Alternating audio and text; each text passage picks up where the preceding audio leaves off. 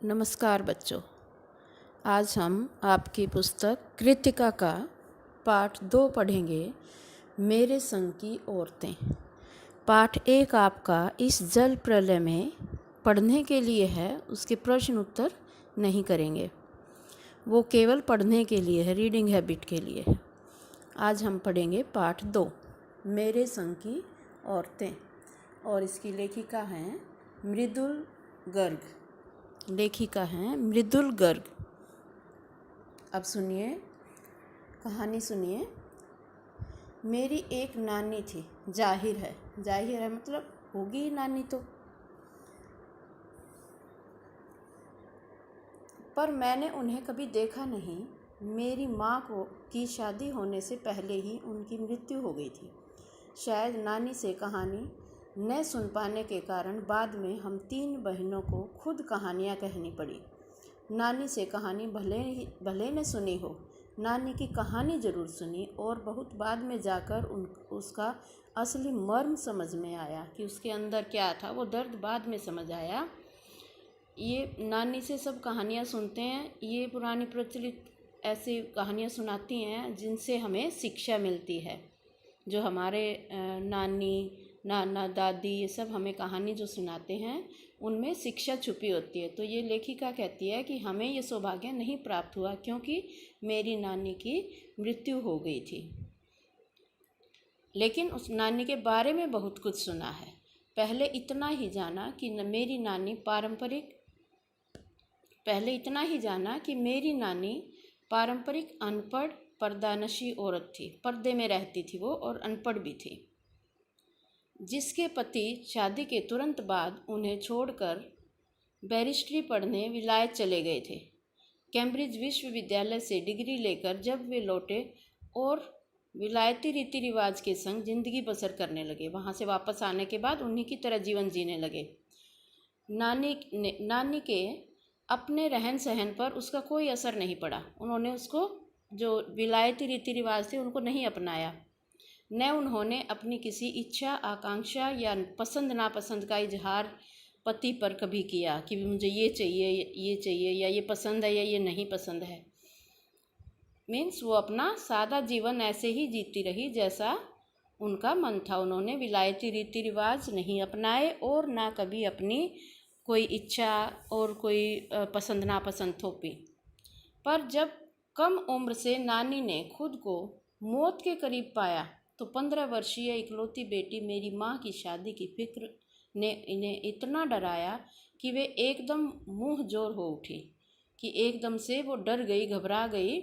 नाना से उन्होंने कहा कि वे पर्दे का लिहाज छोड़कर उनके दोस्त स्वतंत्रता सेनानी प्यारेलाल शर्मा से मिलना चाहती हैं।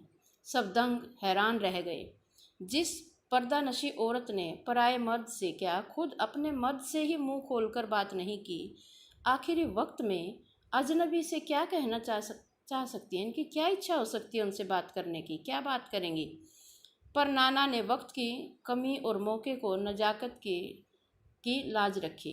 उन्होंने कोई सवाल जवाब नहीं किया, और सवाल जवाब में वक्त बर्बाद करने के बजाय फ़ौरन जाकर दोस्त को लिवा लाए और बीबी के हुजूर में पेश कर दिया कि लो भाई बात कर लो। हुजूर में पेश कर दिया मीन्स उनके सामने ला दिया। अब जो नानी ने कहा वह और भी हैरत अंगेज था।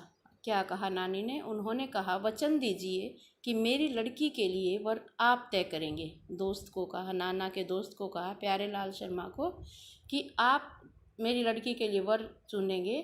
मेरे पति तो साहब हैं और मैं नहीं चाहती मेरी बेटी की शादी साहबों के फरमाबरदार से हो। फरमाबरदार से मीन्स इनके विलायती दोस्तों से किसी से ना हो।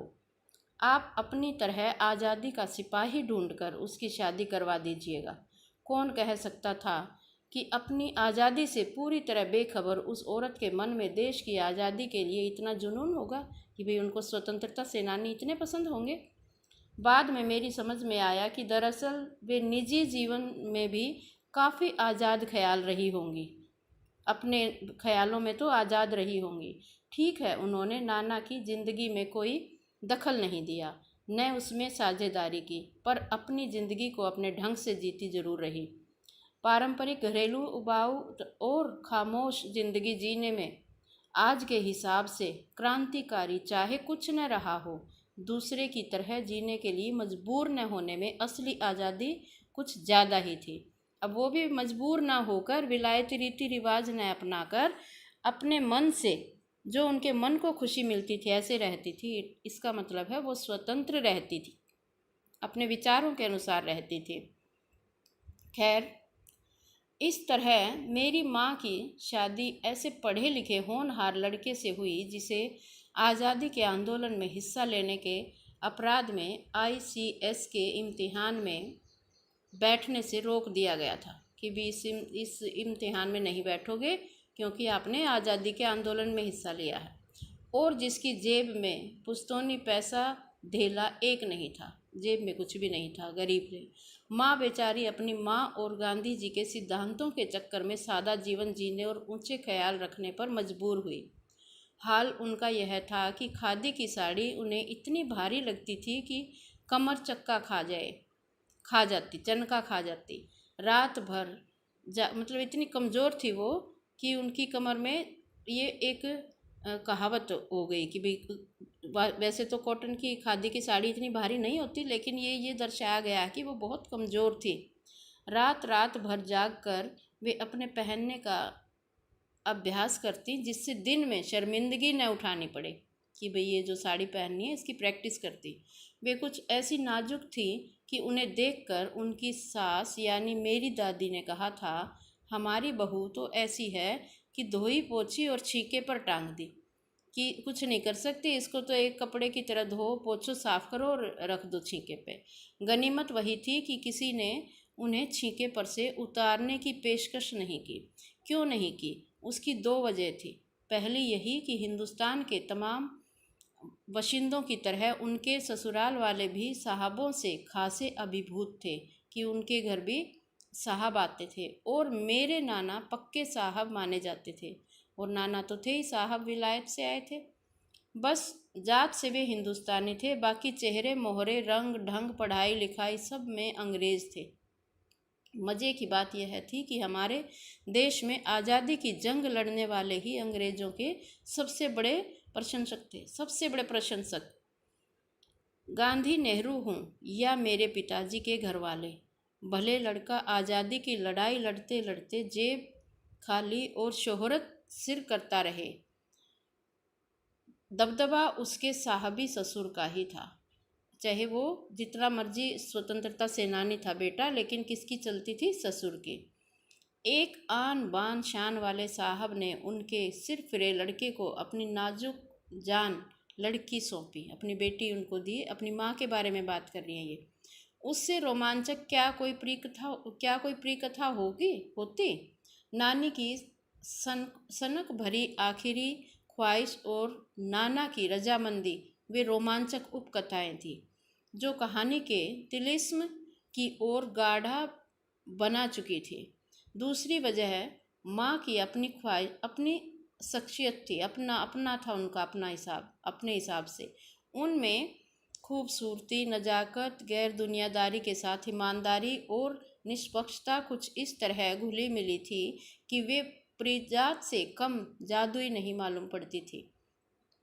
उनके ये चरित्र बताया गया है कैसा था, उनके गुण बताए गए हैं क्या थे उनमें। उनसे ठोस काम करवाने की कोई सोच भी नहीं सकता था कि भाई कोई ऐसा काम उनसे नहीं करा सकते। हाँ, हर ठोस और हवाई काम के लिए उनकी जबानी राय जरूर मांगी जाती थी और पत्थर की लकीर की तरह निभाई भी जाती थी। जो पूछते थे, राय मांगते थे, फिर उसको फॉलो भी करते थे, उसको निभाते थे। धन्यवाद। आज के लिए इतना ही, और पृष्ठ 16 से कल शुरू करेंगे। आप इसके कठिन शब्द लिखेंगे, इसको पढ़ेंगे। पढ़ने की प्रैक्टिस ज़रूरी है। जब आप अभ्यास करते हैं पढ़ाई का, पढ़ने का, तो आपको इसमें आंसर रटने की ज़रूरत नहीं पड़ेगी। आप अपने आप इसके उत्तर बनाएंगे प्रश्नों के। इसलिए इसको अवश्य पढ़ें और पेज 16 से हम कल फिर शुरू करेंगे। धन्यवाद। आपका दिन शुभ हो।